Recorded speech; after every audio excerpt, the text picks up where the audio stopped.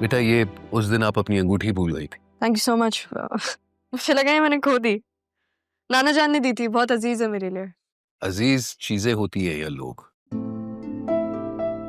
जब मिल जाए ना या वापस आ जाए तो घड़ी भर के लिए दिल को सुकून पहुंचता है। बस वो वक्त वापस नहीं आता जिस वक्त में हमने उन्हें खो दिया हो। लेकिन कभी कभी वक्त पे चीजें मिलती नहीं हैं, और जब मिल जाती हैं तो वक्त बदल चुका होता है। काश काश कुछ लोग हमारे पास वापस आ सकते। पता है आपको देखकर ऐसे लगता है जैसे जिंदगी ने आपको वो हिम्मत दी है जो टूटने के बाद भी जुड़ना जानती हो। इंसान हालात में नहीं ढलता, हालात और वक्त उसकी तरबियत खुद ही कर देता है। कभी कभी मुझे लगता है कि वक्त हमें वो इंसान बनाना चाहता है जो हम खुद बनना नहीं चाहते। शायद यही सबक देना चाह रहा है हमें। आपको देखकर ऐसे लगता है जैसे तुम मेरी बेटी हो। कौन सी? जो आपके पास है या जो नहीं है? पता है बेटा, कुछ रिश्ते जो देखे ना हो, कभी कभार इंसान बस उन्हें महसूस कर लेता है।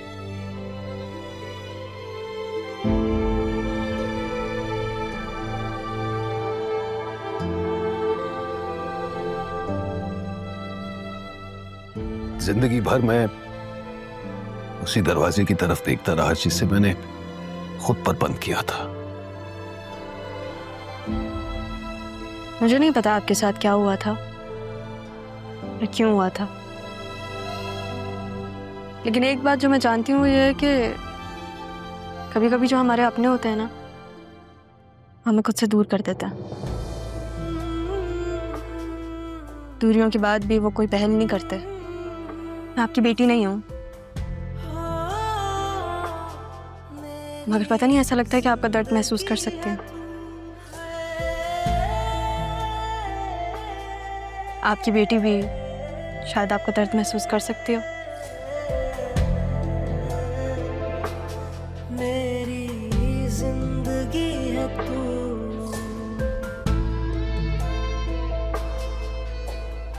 बतूल बेटा, तुम क्यों ऑफिस नहीं जाती?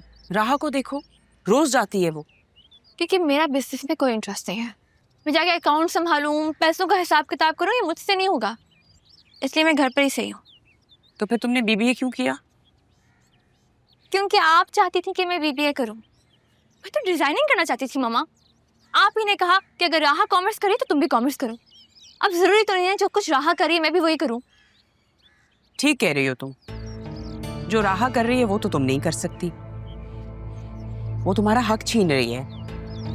Please mama, not again. मेरी जान, इस वक्त तुम जरियून के जितना क्लोज होगी ना, तुम्हारे लिए उतना ही अच्छा है।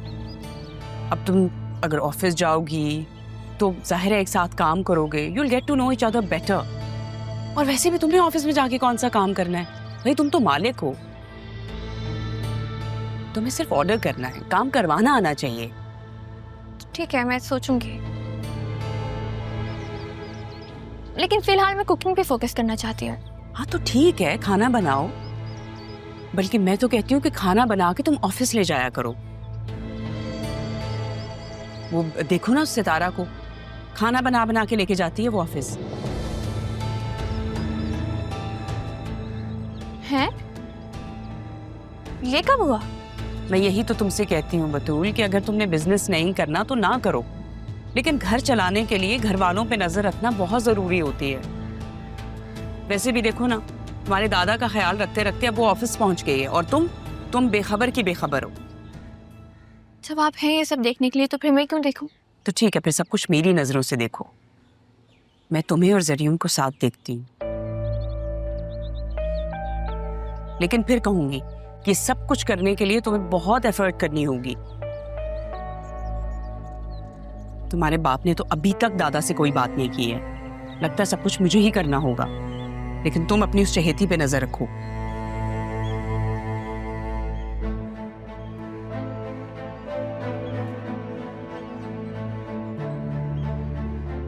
कभी कभी कभी दिल करता है कि मामा की बातें मान लूं, लेकिन हालात वो नहीं है जो मामा देख रही हैं। राह ने मुझे खुद कहा है कि सरियन और उसके दरमियान में कुछ नहीं है, लेकिन ये तो राह ने कहा है ना। सरियन ने तो ऐसा कुछ नहीं कहा, मगर सरियन ने तो मुझसे भी डायरेक्ट कुछ नहीं कहा। कहीं ऐसा ना हो कि मैं वाकई में बेखबरी में मारी जाऊं। मुझे सरियन से साफ साफ बात करना होगी।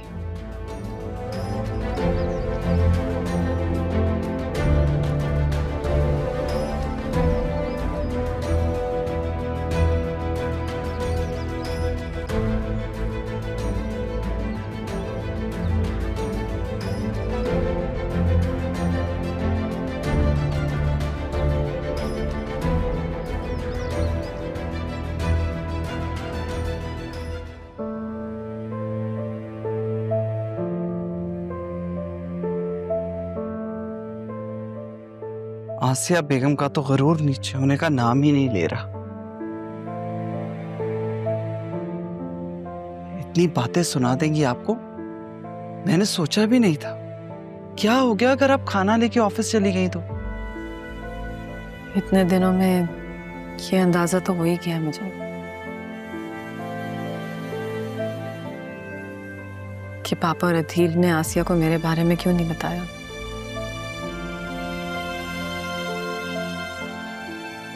मेरी शादी के बारे में, वो भी घर से भागकर, और फिर मेरी वजह से अम्मा भी का चला जाना।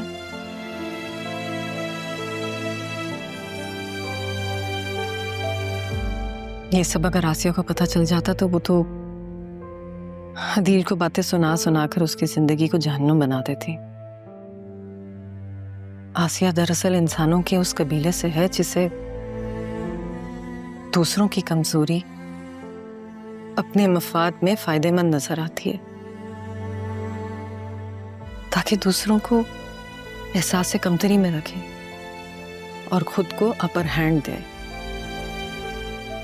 आप ठीक कह रही हैं तारा, लेकिन तारा किसी बात की तो कोई हद होती है। और आसिया बेगम साहिबा को किसने इतना हक दे दिया कि वो ये सारी बातें आपके साथ करे? आज नहीं तो कल सारी सच्चाई उनके सामने आ ही जाएगी। तब तक तो हमें ये सब कुछ बर्दाश्त करना ही होगा। कभी कभी सोचती हूँ कि सारी गलती मेरी है। मुझे आपकी बात मान लेनी चाहिए थी और बड़े साहब के पास चले जाना चाहिए था। नहीं सहना, खुद को इल्जाम मत दे। पापा और अदील भी ऐसा ही सोचते हैं जैसे कि आसिया को सब कुछ पहले से ही बता देना चाहिए था। लेकिन सबसे पहली गलती तो मेरी है ना।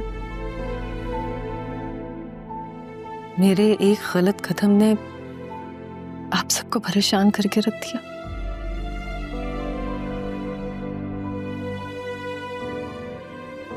मेरी बेटी को अधूरे सच के साथ जीना पड़ा और आपको बहन का मान दिया था। आपको घर की मुलाजमा बनकर जीना पड़ा। तो गलती तो मेरी हुई ना।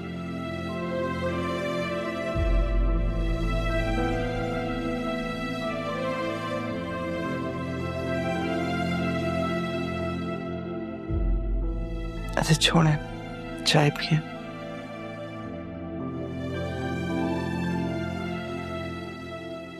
ठीक हो जाएगा सब।